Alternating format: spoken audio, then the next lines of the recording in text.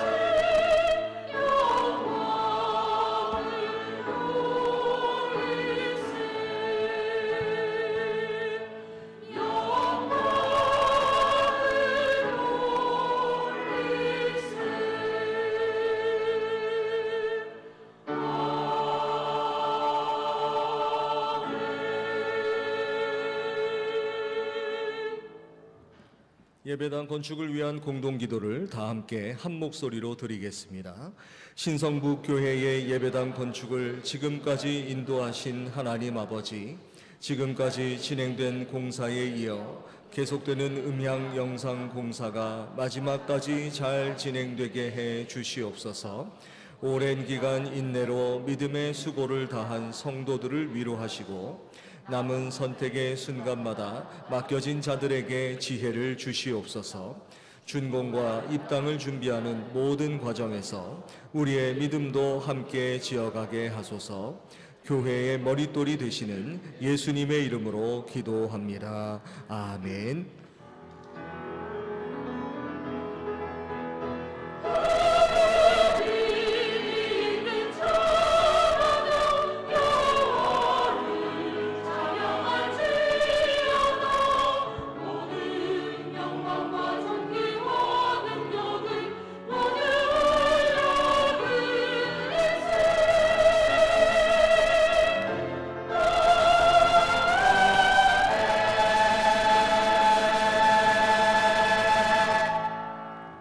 기쁜 마음으로 섬기기를 주께 하듯 하고 사람들에게 하듯 하지 말라.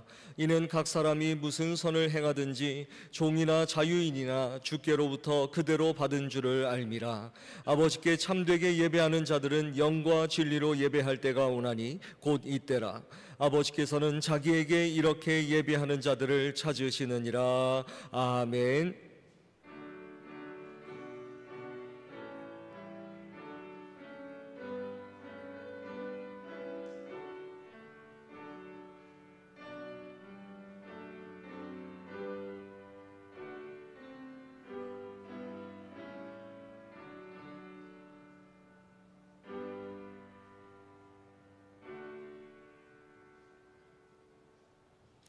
찬송가 66장을 부르겠습니다.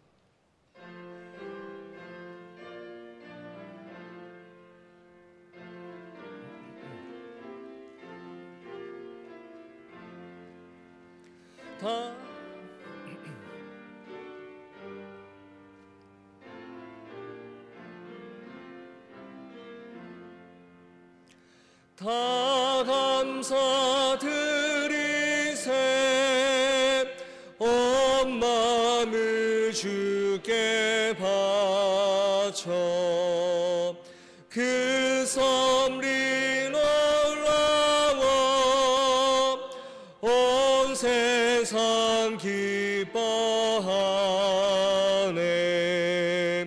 예부터 주신 복 한없는 그 사랑 선물로 주시네.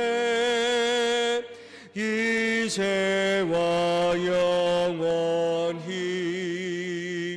사랑의 하나님 언제나 함께 계셔 기쁨과 평화에 복 내려 주옵소서. 몸과 맘 병들 때 은혜로 지키사 이 세상 악에서 구하여 주소서. 감사와 찬송을 다 주께 드리어라. 저 높은 곳에서 다스리시는 주님 영원한 하나님 다 경배하여라. 전에도 이제도 장래도 영원히 아멘.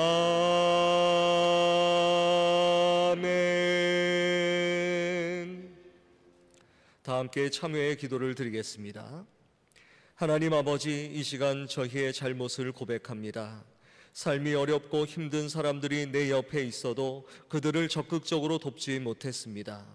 으뜸이 되기를 좋아하며 다른 사람을 배격하고 결과에만 연연하여 올바른 방향으로 나아가지 못했습니다. 하나님을 알고 진리 안에 거한다고 하면서도 사랑과 격려를 실천하지 못하고 오히려 악을 행했습니다.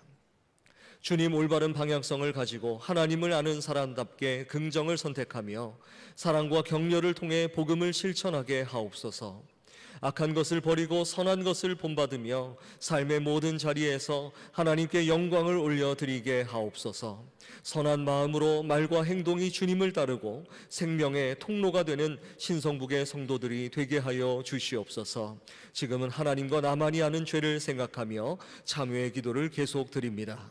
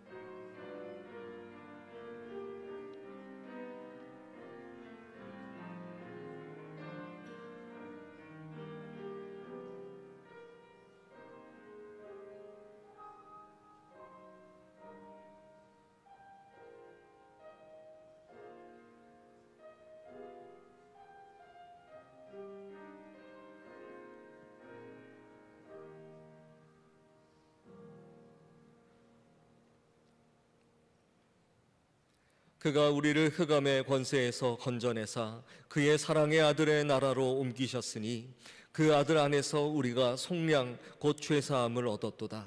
이 말씀에 근거하여 우리의 죄를 한 목소리로 고백하오니 우리의 죄를 사하여 주옵소서. 주 예수 그리스도의 이름으로 기도하옵나이다. 아멘. 그러므로 이제 그리스도 예수 안에 있는 자에게는 결코 정죄함이 없나니 이는 그리스도 예수 안에 있는 생명의 성령의 법이 죄와 사망의 법에서 너를 해방하였음이라. 아멘. 사도신경으로 우리의 신앙을 고백하오니 나는 전능하신 아버지 하나님 천지의 창조주를 믿습니다. 나는 그의 유일하신 아들 우리 주 예수 그리스도를 믿습니다. 그는 성령으로 잉태되어 동정녀 마리아에게서 나시고 본디오 빌라도에게 고난을 받아 십자가에 못 박혀 죽으시고 장사된 지 사흘 만에 죽은 자 가운데서 다시 살아나셨으며 하늘에 오르시어 전능하신 아버지 하나님 우편에 앉아 계시다가 거기로부터 살아있는 자와 죽은 자를 심판하러 오십니다. 나는 성령을 믿으며 거룩한 공교회와 성도의 교제와 죄를 용서받는 것과 몸의 부활과 영생을 믿습니다. 아멘. 모두 자리에 앉으시기 바랍니다. 성시는 교동문 20번 시편 33편의 말씀입니다. 너희 의인들아 여호와를 즐거워하라. 찬송은 정직한 자들이 마땅히 할 바로다.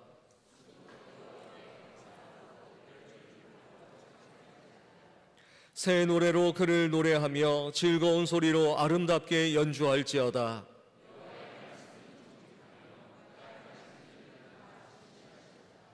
그는 공의와 정의를 사랑하시며 세상에는 여호와의 인자하심이 충만하도다.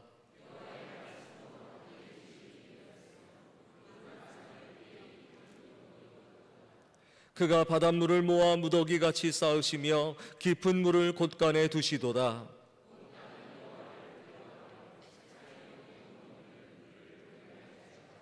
아멘. 다 함께 찬송가 559장을 부르겠습니다.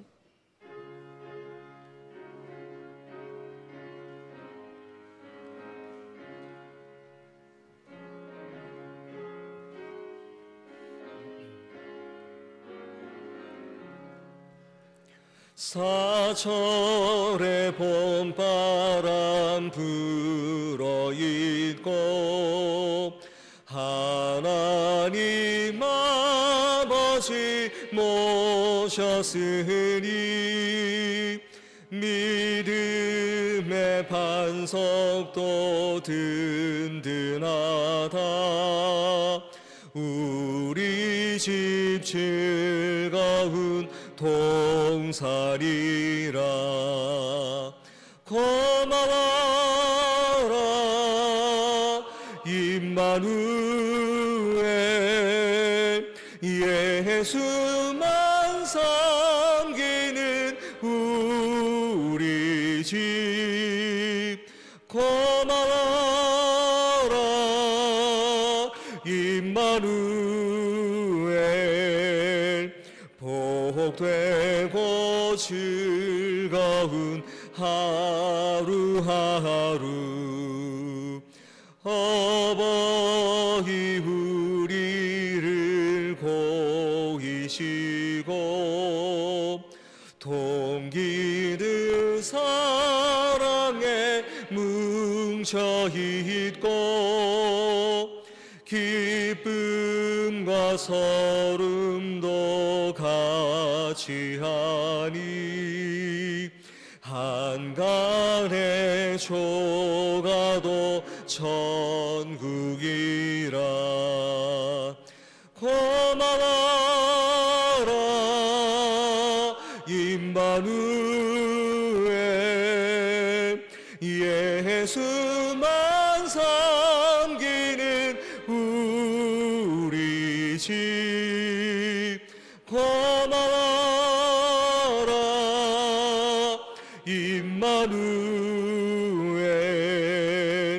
복되고 즐거운 하루하루. 아침과 저녁에 수고하여 다 같이 일하는 온 식구가 한 상에 둘러서 먹고 마셔. 여기가 우리의 낙원이라. 고마워라 임마누엘, 예수만 섬기는 우리 집. 고마워라 임마누엘, 복되고 즐거운 하루하루.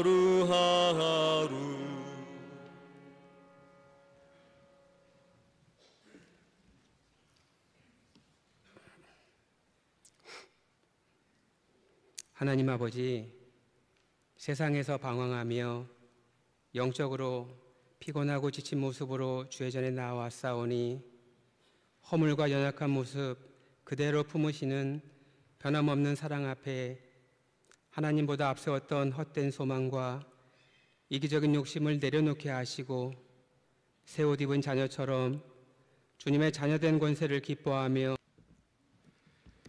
이 시간 우리에게 주시는 하나님 말씀은 신약성경 골로새서 3장 18절로 25절 말씀입니다.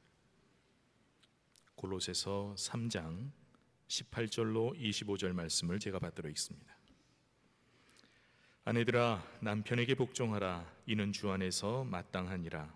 남편들아, 아내를 사랑하며 괴롭게 하지 말라. 자녀들아, 모든 일에 부모에게 순종하라. 이는 주 안에서 기쁘게 하는 것이니라. 아비들아, 너희 자녀를 노엽게 하지 말지니 낙심할까 함이라. 종들아, 모든 일에 육신의 상전들에게 순종하되 사람을 기쁘게 하는 자와 같이 눈가림만 하지 말고 오직 주를 두려워하여 성실한 마음으로 하라. 무슨 일을 하든지 마음을 다하여 주께 하듯 하고 사람에게 하듯 하지 말라. 이는 기업의 상을 주께 받을 줄 아나니 너희는 주 그리스도를 섬기느니라. 불의를 행하는 자는 불의의 보응을 받으리니 주는 사람을 외모로 취하심이 없느니라. 아멘. 하나님께서 이 말씀을 통해 우리에게 은혜 주시기를 원합니다. 추석 명절을 맞이해서 반가운 얼굴이 보이시기도 하고 계시던 분들이 사라지기도 하셨거든요. 우리 옆에 계신 분들과 함께 인사하겠습니다. 즐거운 추석 맞이하시기 바랍니다. 인사하겠습니다.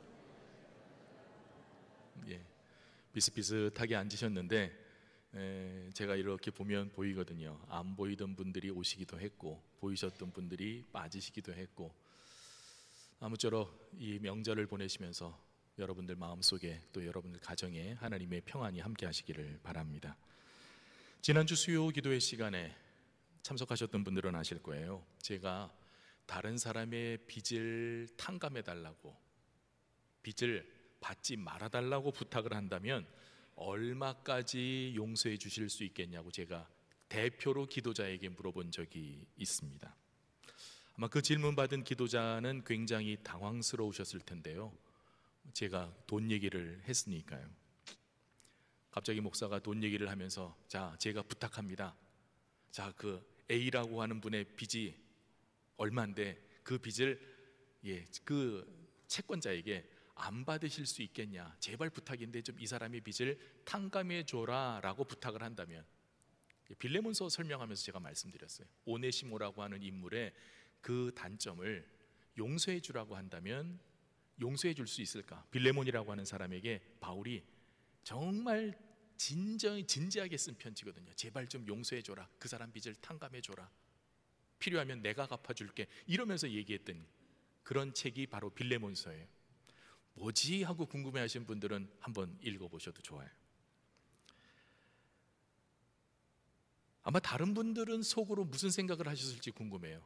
한 분에게, 저는 대표로 기도하셨던 분에게 질문을 드렸지만, 여러분들은 내가 목사에게 빚을 받지 말아라, 빚을 탕감해 줘라 라고 하는 부탁을 받으면 나는 얼마까지 탕감해 줄 용의가 있을까?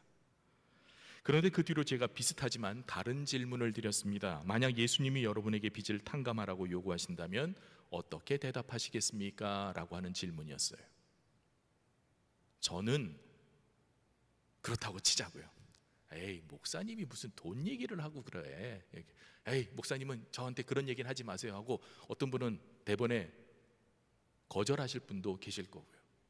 어떤 분은 목사님 좀 조절합시다, 그건 너무 크고, 100만 원 얘기했더니 100만 원 너무 크고 조금 깎읍시다, 이러고 얘기하시는 분도 계셨어요. 목사의 부탁으로라도 얼마간은 용서해 주실 수 있는 여지는 있다고 생각합니다. 아닌가요? 하지만 예수님의 부탁이라고 한다면 여러분들은 그 결과는 달라지겠죠. 용서할 수 있는 범위가 제가 부탁드린 액수보다 훨씬 더 커지지 않겠습니까? 그러셔야 돼요.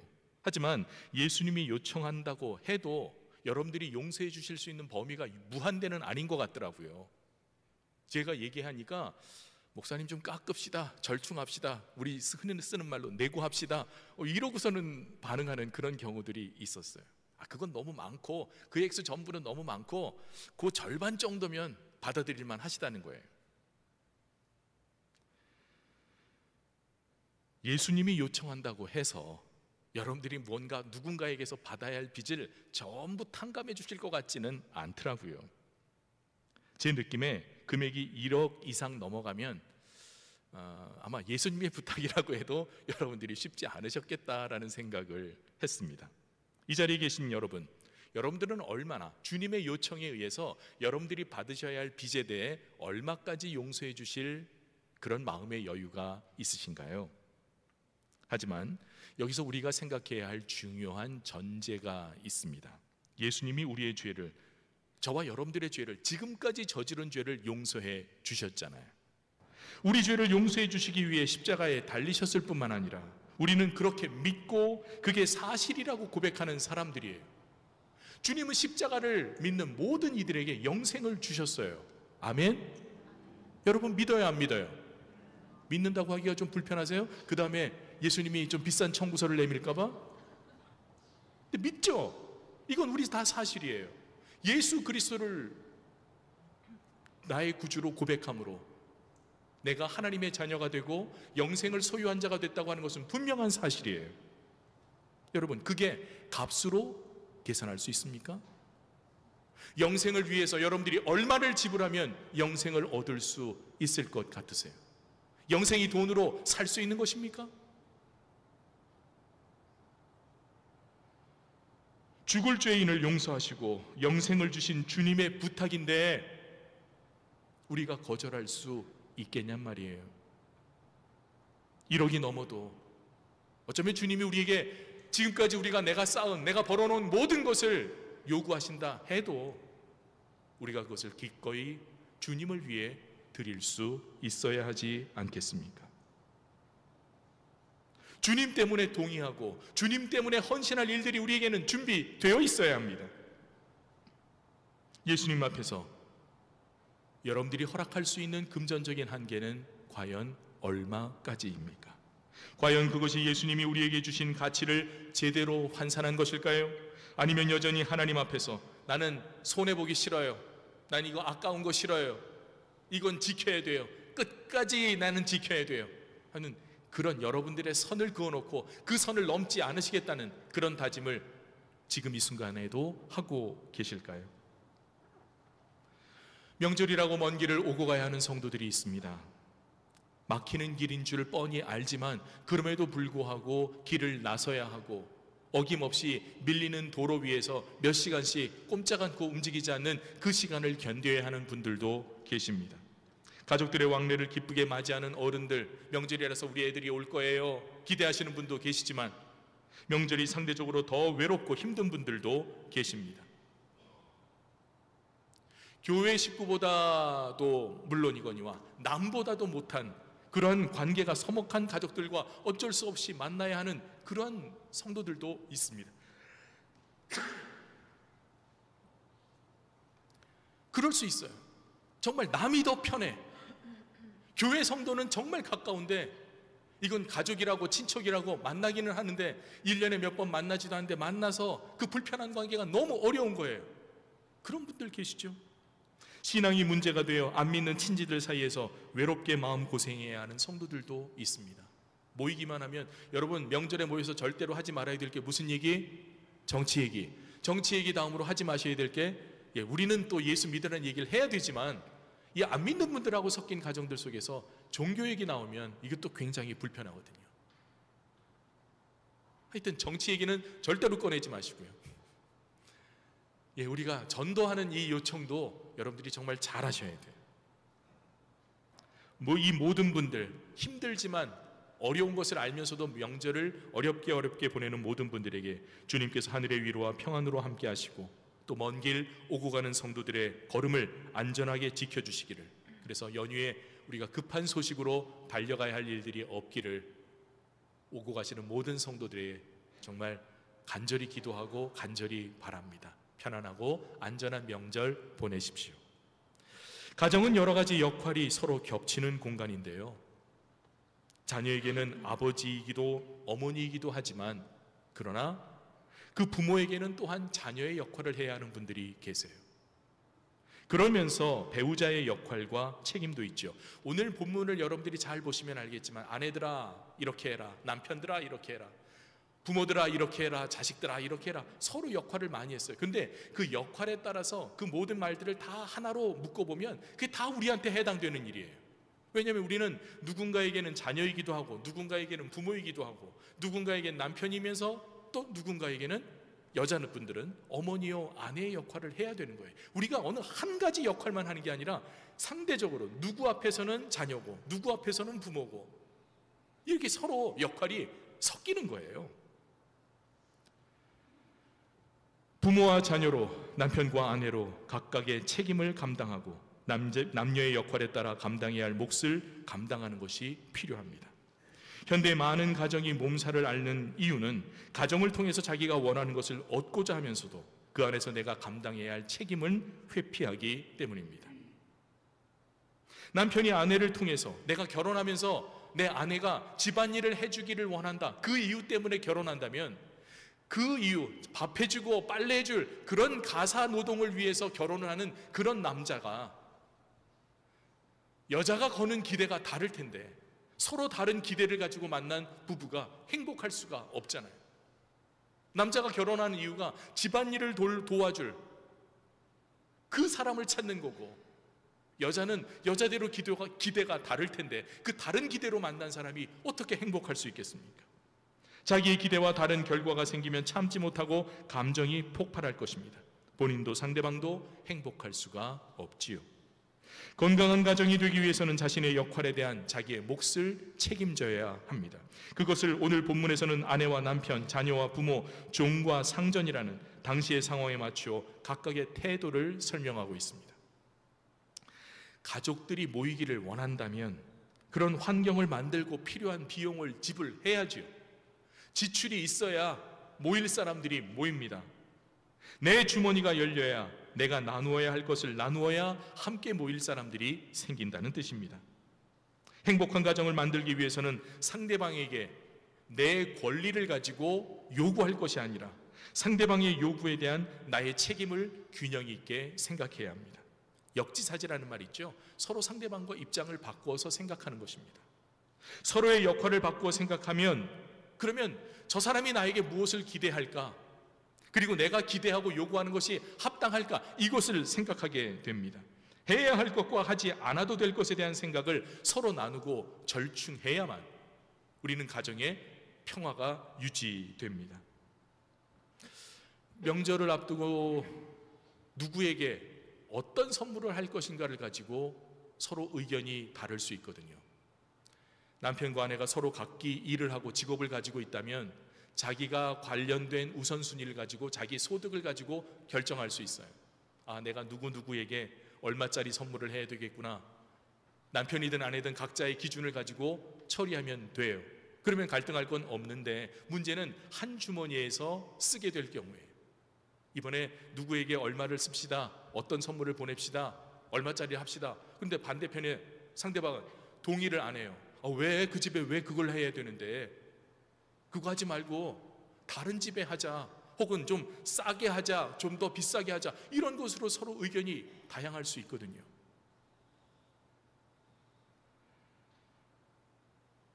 그것 때문에 불편해지면 명절 전체의 기분이 상할 수 있어요. 작은 갈등 때문에, 시작은 작은 거로 시작을 했는데 여러분, 올해처럼 긴 연휴에 그 긴 시간이 굉장히 불행할 수 있어요. 불편한 마음이 오래가는 거죠. 가족 전체가 놀러 가는 경우도 있습니다. 명절이라고 해서 꼭 모이자, 어디 집에서만 모이자, 그렇지 않고 어떤 가정은 그 가족 전체가 멀지 않아도 한 곳에 나가서 가족들끼리 시간을 보내는 경우가 있어요. 다 나가면 문제가 없어요. 그런데 모여야 하는 가족 중에서 이번에 저희 집 좀 놀아야 되겠어요. 이번에 명절에 집에 안 가도 되죠. 그러고서 한두 집이 만약에 빠진다고 치십시다. 그러면 힘들게 고향 내려가서 모인 사람들이 불편해요, 안 불편해요? 누구는 밀리는 길이 밀릴 줄 몰라서 가나, 모이면 번거로울 줄 몰라서 모이나, 가족끼리 놀러 가면 좋을 줄 몰라서 안 가나, 다 모여야 되니까 모이는데, 누군가는 또 우리 이번에 놀러 가야 돼요. 우리 식구끼리 어떻게 할게요. 그러면 또 남은 사람들이 불편해지는 거예요.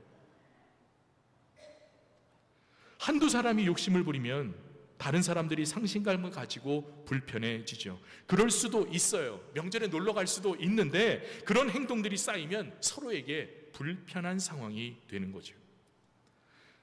또한 과거에는 이름과 명분으로 채워지는 부분이 있었습니다. 며느리라는 이유로 혹은 아들이라는 이유로 어떤 책임에 대해서 혼자 그냥 감당해야 되는, 내가 이 집의 며느리니까, 이 집의 아들이니까, 그러면서 그 이름 때문에, 그 이름이 가진 가치 때문에 중요한 책임을 온전히 감당해야 할 때도 있었죠. 저희 집도 작은아버님이 살아계실 때는 이제 작은아버님 댁으로 다 모였습니다. 그러면 남자와 여자가 하는 일이 정해져 있어요. 남자가 하는 일이란 큰 상을 거실에 폈다가 접었다가 하는 일, 그 일 외에는 안 해요. 저는 사실 씨름 경기가 별로 재미없는데 저희 아버님 좋아하시거든요. 씨름 경기, 명절 때 꼭 씨름 하잖아요. 그럼 재미없는 씨름 경기를 보면서 아버님이 하셨던 얘기를 듣고, 그래 남자들끼리 그냥 의자에 앉아서 이런저런 얘기하고 안부 묻고, 그리고 씨름 보다가 어떤 경우엔 바둑 보다가 이제 그러고서는 시간을 보냅니다. 여자들은 하루 전부터 모여서 음식을 하느라고 정신이 없죠. 근데 주방이 아무리 바빠도 남자들은 주방에 들어갈 수 없었어요. 들어가고 싶어서 뭐 좀 돕고 싶어도 아버님이 그러는 거 아니다, 이 말 한마디면 그냥 모든 게 다 정리가 됐죠. 명절 때 여러분들도 아마 연세 많으신 분들 가정에는 거의 비슷했을 거예요. 아침 잡숫고 치웠는데 과일 깎아내고 그리고 먹고 났는데 조금 있으면 또 점심때예요. 배도 안 꺼졌는데 또 먹어야 돼. 한 끼 건너뛰어도 될 것 같은데 어른들은 또 안 그래요. 드셔야 되는데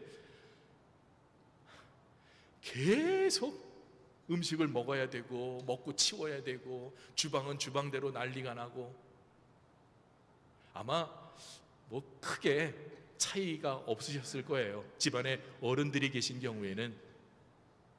하지만 과거와는 다르게 현재는 자기의 책임과 권한이 서로 연결되어 있습니다. 부모는 부모의 역할과 몫을 해야 하고 자식도 자식의 역할을 해야 합니다. 오늘 본문에서보다 더 자세하게 설명하는 에베소서 5장 6장 말씀을 보면 오늘도 남편과 아내와 부모와 자식, 종과 상전에 대해서 쭉 설명하고 있는데요, 이 골로새서 본문보다 에베소서 5장과 6장의 본문은 훨씬 더 분량이 많아요. 그곳에서 보면 아내에게는 남편에게 복종하기를 주께 하듯 하라고 명령합니다. 그리스도께서 교회의 머리가 되시기 때문에 온 교회가 주님의 명령에 순종하듯 아내가 남편에게 순종하라는 것이죠. 오늘 본문에서도 아내가 남편의 말에 순종하는 것이 믿는 사람으로서 마땅하다고 강조합니다. 이렇게 말씀하니까 남편분들 속에 소리는 안 내도 아멘 하시는 분들이 계신 것 같아요. 아, 그렇게 좋은 말이, 이런 말은 밑줄 쳐서 이 부인한테 보여줘야 된다고 아마 이렇게 벼르시는 분들도 계실지 모르겠습니다. 그런데 문제는요, 아내만 남편에게 순종하는 게 아니라 남편의 의무와 책임도 있다는 거예요. 남편은 그리스도께서 교회를 사랑하시는 것처럼 아내를 사랑하고 괴롭게 하지 말라고 성경은 우리에게 명령하고 남편들은 그런 의무를 감당해야 합니다. 초대교회 당시, 지금부터 2000년 전이에요. 2000년 전은 지금보다도 여성의 권리가 훨씬 더 취약하던 시기예요. 그러니까 대우받지 못하던 그런 부류의 계급이 바로 여성이라는 계급인데 2000년 전에 이미 사도 바울은 교회에 보낸 편지를 통해서 이 성경 말씀을 통해서 여성과 남성을 동등하게 봐요. 물론 이제 고린도서를 보면 조금 다른 내용이 나오는데 그건 제가 필요할 때 다시 설명을 드리겠습니다. 남편이 해야 될 의무가 있고 아내가 해야 될 게 있다는 거예요. 일방적으로 아내만 남편에게 순종하는 게 아니라 남편이 해야 될 일을 똑같이 강조하고 있어요. 이게 성경의 뜻이에요. 성경은 상호적인 책임과 의무에 대해서 균형 있게 강조하고 있습니다. 여성의 조건 없는 일방적인 희생과 순종이 아니라 남편과 아내가 서로 협력하고 순종하라는 명령입니다. 예전 어른들의 모습을 들어보면 상호 존중이 아니라 남성의 우월적인 지위를 강조하는 부분이 매우 컸습니다. 남성이라는 이유 하나로 권위를 갖는 것은 성경적인 원칙이 아닙니다. 조선시대 복음이 이 땅 위에 들어왔을 때 가장 먼저 시작했던 것이 여성에 대한 교육이었어요. 선교사들이 와서 봤을 때 남자들은 교육을 받는데 여성들은 교육을 받지 못해요. 그래서 제일 먼저 교육 활동으로 했던 게 여성학교예요. 대표적인 게 이화여대, 지금의 이화여대입니다. 선교사들이 세운 학교고 여성들을 교육시켜야 되겠다고, 여성들에게 남성과 같은 교육 기회를 주는 게 맞다고, 그렇게 해서 선교사들이 시작한 것이 여자학교 운동이었어요.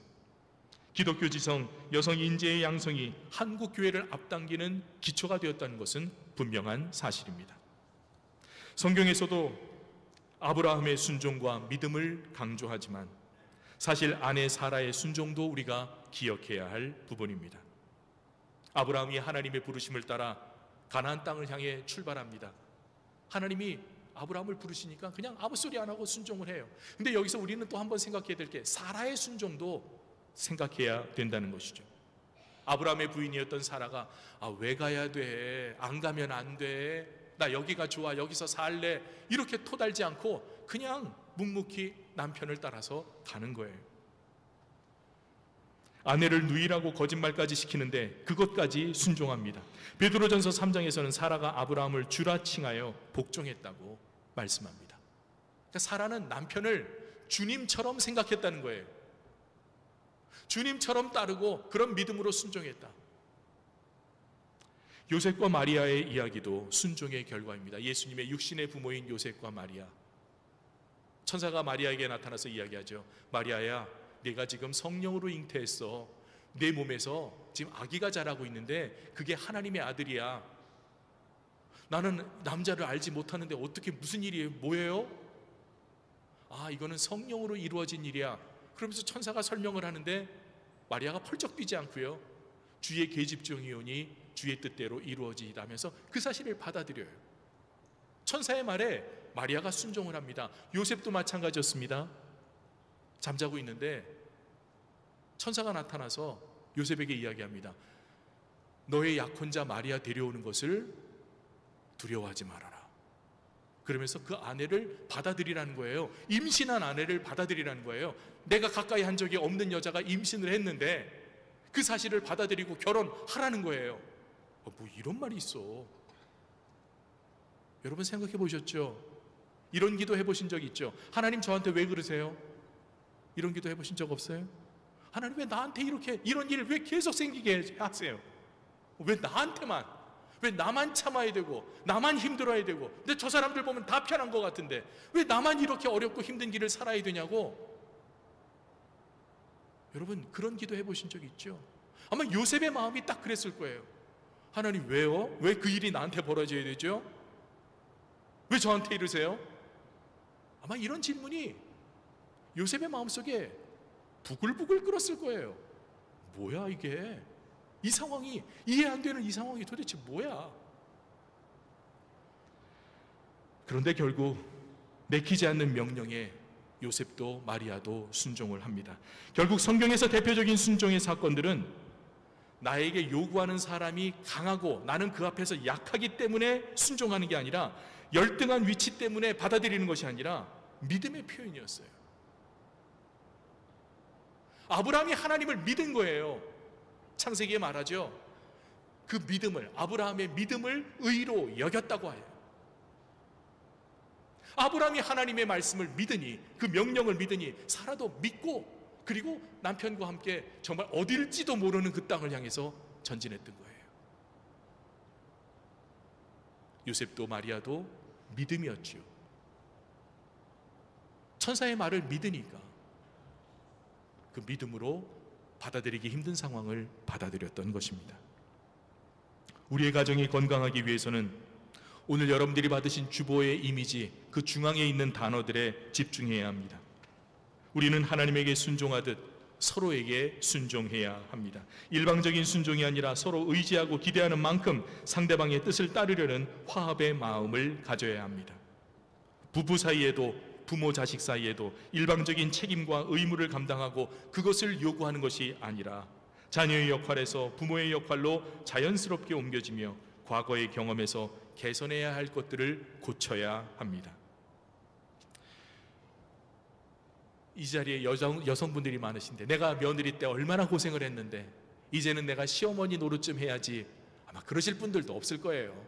하지만 과거에 여러분들이 힘들었던 부분이 있으셨다면 그것을 고쳐서 더 행복하고 화목한 가정을 만들어라는 거예요. 여러분들 고생할 때 힘드셨던 거, 그거 생각하고 내가 이제 시어머니 노릇 좀 해야지, 이렇게 벼르지는 게 아니라, 요새 며느리들은 그런 거 받아들이지도 않겠지만 이 말씀 드리니까, 목사님 말 마세요. 요새는 이제 시어머니가 더 며느리 노릇해요. 며느리가 상전이에요. 말씀하시는 분도 계시더라고요.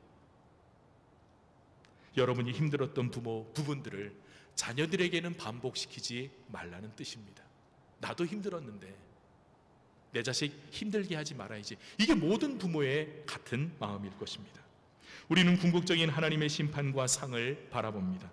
오늘의 말씀은 종이든 주인이든 남편이든 아내든 부모든 자식이든 무슨 일을 하든지 마음을 다해서 주께 하듯 해라, 사람에게 하듯 하지 말라고 결론적으로 강조합니다. 이유가 있어요. 우리는 사람에게서 상을 받는 사람들이 아니라 하나님이 주시는 상을 바라보고 그 상을 기대하는 사람들이라는 거죠. 잠언 25장과 로마서 12장에는 네 원수가 줄이거든 먹이고 목마르거든 마시우라, 그리함으로 네가 숯불을 그 머리에 쌓는다고 말씀합니다. 원수에게 이건 제대로 된 복수가 아니죠. 원수를 만났는데 원수가 배고파하고 있어요. 목말라 하고 있어요. 잘 됐다, 쌤통이다. 그리고 안 줘야 이게 보복이죠. 그런데 원수가 내 앞에서 배고프다고 하는데 먹을 것을 줘라, 목마르다고 하는데 마실 것을 줘라. 뭐 이게 무슨 보복이에요? 손해지. 맞아요, 손해인데 내가 그렇게 하는 행동을 통해서 그 원수의 머리에 핀 숯불을, 시뻘겋게 달아있는 숯불을 그 머리에 올려놓게 된다는 거예요.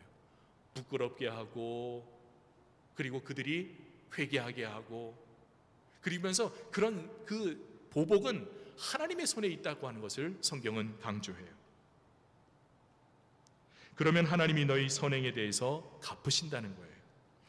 여러분이 힘든 상황에서 믿음 때문에 순종하고 감정적인 흥분을 자제하고 서로 사랑하기 위해서 노력하는 모든 것이 결국은 하나님의 칭찬과 상급이 된다고 하는 사실을 믿으십시오.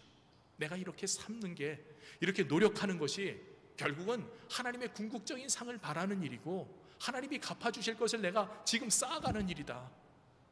그 믿음과 기대를 가지고 살아가시라는 얘기예요. 우리는 믿음을 가진 사람들뿐만 아니라 믿음이 없는 사람과도 함께 살아가야 할 사람들이고, 믿는 사람들이라고 해도 모두 같은 감정을 가지지는 못해요. 그래서 가정이나 교회에서 우리는 각자의 자리에서 순종, 사랑, 감정의 다스림을 계속 실천해야 합니다. 힘들고 어려운 이 일을 계속 노력해야 하는 이유는 오직 예수 그리스도 때문입니다. 여러분, 저를 따라해 보십시오. 주여. 이 주여는 어감이 굉장히 중요해요. 이 억양이 중요해요. 우리가 보통 기도할 때 주여 하는 이 기도 주여가 아니고요. 자, 한 번 더 합니다. 주여. 한 번 더 할까요? 어이구 주여. 이게 예수님 때문이에요.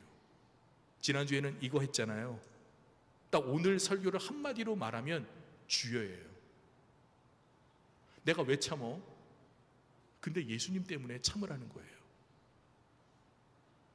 내가 왜 양보해? 내가 왜 손해를 봐? 아휴 주여. 1부 때 이 말씀을 드렸더니 찬양대에서 막 웃고 난리가 났어요. 그래서 왜 그러냐 그랬더니 예배 끝나고 물어봤어요. 그랬더니 목사님, 이번 명절엔 어이구 주여, 이거를 우리 일주일 동안 연휴기간 동안 몇 번이나 할까 서로 얘기를 했대요. 그것 때문에 서로 웃음은 나는데 속은 터진다는 얘기죠. 아이고 주여 하고 참을 일들이 아직은 많으신 것 같아요. 네, 여러분, 그게 예수님 때문이라는 이 제목과 연결되는 거예요. 안 참아도 되시는데, 그런데 에휴 주여 하면서 참으시라는 거예요. 그렇게 순종하고 그렇게 사랑하고 그렇게 여러분들의 감정을 다스리는 것이, 그것이 오늘 하나님께서 우리에게 명령하시는 거고, 그리고 그 길을 따라갈 때 우리는 하늘의 상급을 받게 된다는 거죠. 지난주에 엄지척 많이 하셨어요? 이제 이번 한 주간은 주여. 자, 우리 한 번 더 해볼까요? 그러니까 그 느낌 아시겠죠? 에휴 내가 참는다, 내가 봐준다, 내가 양보한다. 그래 예수님 때문이다, 예수님 때문에 에휴 주여 하면서 내가 넘어가지 라고 하는 이 인내와 용서와 사랑과 정말 감정이 불쑥 솟다가도 에휴 주여 하면서 다시금 여러분들이 회복해야 될 그 제자리에, 그 감정의 제자리를 찾아 나가시면서 예수님 때문에 그 주님이 우리에게 탕감해 주라는 명령을 하셨으니 우리는 하나님의 갚아주심과 상을 바라보며 우리의 역할과 책임을 감당해야 합니다. 이번 추석, 누군가에게는 분주한 명절일 것이고 누군가에게는 조용하고 차분한 명절일 수도 있겠지요. 그러나 여러분들의 삶에서 여러분의 책임, 각자의 책임을 감당하며 하나님을 더욱 바라보고 의지하는 신성국의 모든 성도들이 되시기를 주님의 이름으로 축원합니다. 거룩하신 아버지 하나님, 우리 삶에 있어서 주님의 명령을 순종하지 못할 때가 많습니다. 무엇이 우리에게 원하는 하나님의 뜻인지를 잘 알면서도 기쁘게 순종하기보다는 이런저런 핑계를 대고 저 이래서 못해요, 저래서 못해요, 불순종의 이유들을 순종할 이유보다 훨씬 더 많이 찾아내는 우리의 부끄러운 모습을 주 앞에 고백합니다. 주님, 우리를 위해 십자가에 달리시고 죽기까지 사랑하시고 그리고 우리에게 믿는 자에게 영생을 선물로 주셨사오니 이제 우리의 공로가 아닌 말씀의 순종으로 살아가게 하시고 주님 뜻이면 우리가 그렇게 살겠습니다. 주님 때문에, 예수님 때문에 순종하겠습니다 라고 하는 다짐과 결단으로 우리에게 주어진 시간들을 채워나가게 하옵소서. 용서하기 어려운 것도 참기 어려운 것도 우리가 예수님 때문에 주여 주여를 외치며 하나씩 하나씩 그 계단을 올라가는, 그렇게 더 거룩해지는 성도들이 되게 해 주시옵소서. 예수님 이름으로 기도드리옵나이다. 아멘.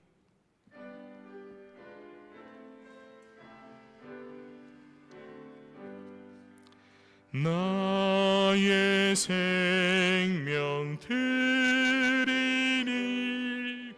주여 받아 주셔서 세상 살아갈 동안 찬송하게 하소서.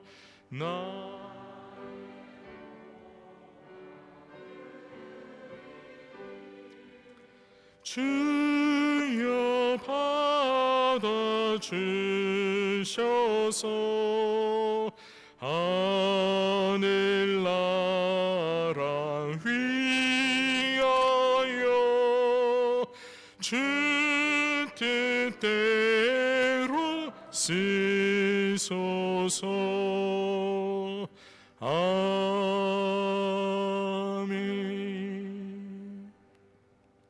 하나님, 이 시간 명절을 맞이하여 많은 성도들이 오고 갑니다. 오늘 이 자리에도 평소에 예배드리는 사람, 그 사람들 중에 안 보이는 분들도 계시고 또 평소에 안 보이던 분들이 함께 보이는 분들도 계십니다. 이렇게 많은 성도들이 오고 가는 이 여정 가운데 주께서 함께하여 주시고 그 모든 길을 안전으로 평안으로 인도해 주시옵소서. 예물만 드리는 것이 아니라 우리의 몸으로 산 제물을 드립니다. 주님, 우리의 몸이 이 바친 예물이 예물될 수 있도록 거룩한 삶, 우리의 생각도 겉으로 드러나는 행위까지도 하나님 보시기에 부끄럽지 않은 흠없는 삶을 살아가게 하옵소서. 주일을 또 명절을 병원에서 보내야 하는 사랑하는 성도들이 있습니다. 요양원과 가정에서 보낼 수밖에 없는 그런 안타까운 심령들을 주께서 위로하여 주시고 속히 회복의 길로 인도하여 주시옵소서. 학업과 직장과 군대 때문에 외부에 나가 있는 우리의 자녀들을 보호하여 주시고 오늘도 고르지 못한 날씨 가운데 이 예배를 섬기는 모든 성도들의 수고를 기쁘게 받아 주시옵소서. 예수 그리스도의 이름으로 감사하며 기도드리옵나이다. 아멘. 모두 자리에서 일어나셔서 옆에 계신 분들과 인사하실 때 예수님 때문입니다 하고 인사하겠습니다. 예수님 때문입니다. 이 자리에 우리가 있는 것도, 인사하는 것도, 내가 옆에 사람 얼굴 보는 것도 다 예수님 때문입니다. 제가 어렸을 때는 예수님 때문에 형제를 사랑합니다, 예수님 때문에 자매를 사랑합니다, 그런 복음성도 있었어요. 그때는 잘 모르고 불렀는데 지금 그 가사가 너무나 인상 깊어요. 아, 예수님 때문에 우리는 불편한 것도 해야 되고 하기 싫은 것도 해야 되고 안 해도 될 것들을 해야 되는 사람들이다. 이 믿음의 고백으로 살아가시는 우리 모두가 되십시다. 우리 복음 찬송 부르겠습니다.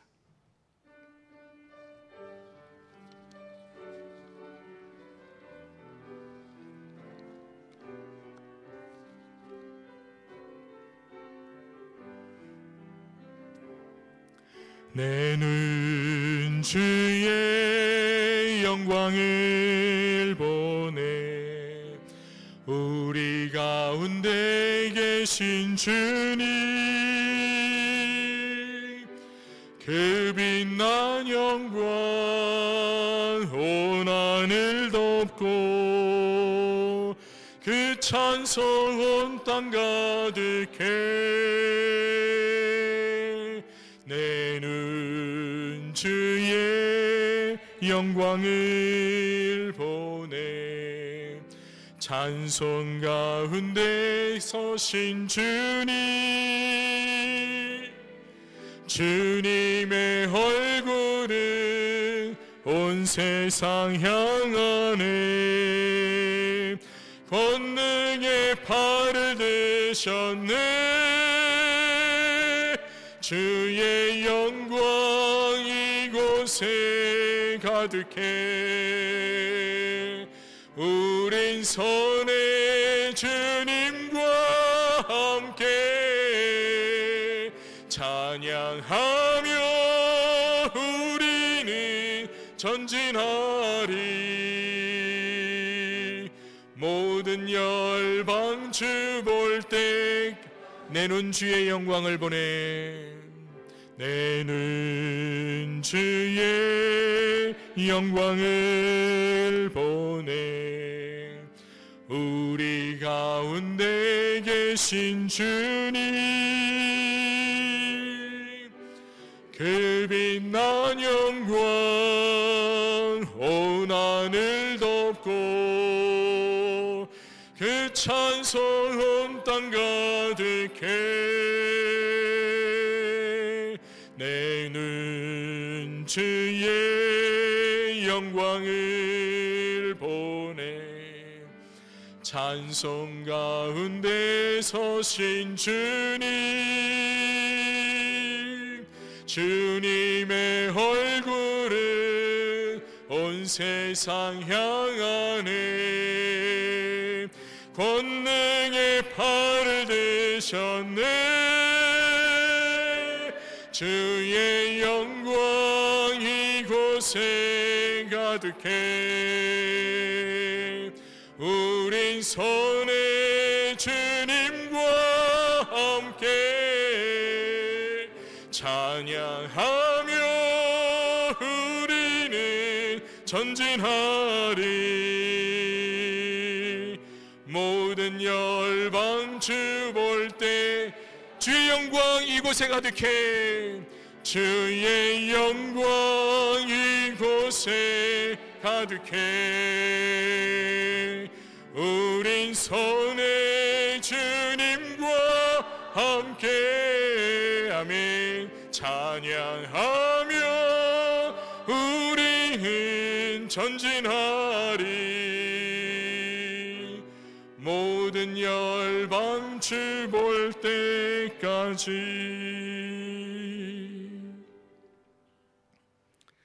지금은 구주 예수 그리스도의 은혜와 하나님 아버지의 무한하신 사랑과 성령의 감화감동 교통하심이 오직 예수님 때문에, 예수님을 믿는 믿음 때문에 순종하고 사랑하고 감정을 다스리며 살아가기로 다짐하는 신성목의 모든 주의 자녀들 머리 위에, 저들의 가정과 삶의 자리 위에, 이 나라와 민족의 역사와 세계 선교 현장 가운데 영원토록 함께하옵시기를 간절히 축원하옵나이다. 아멘.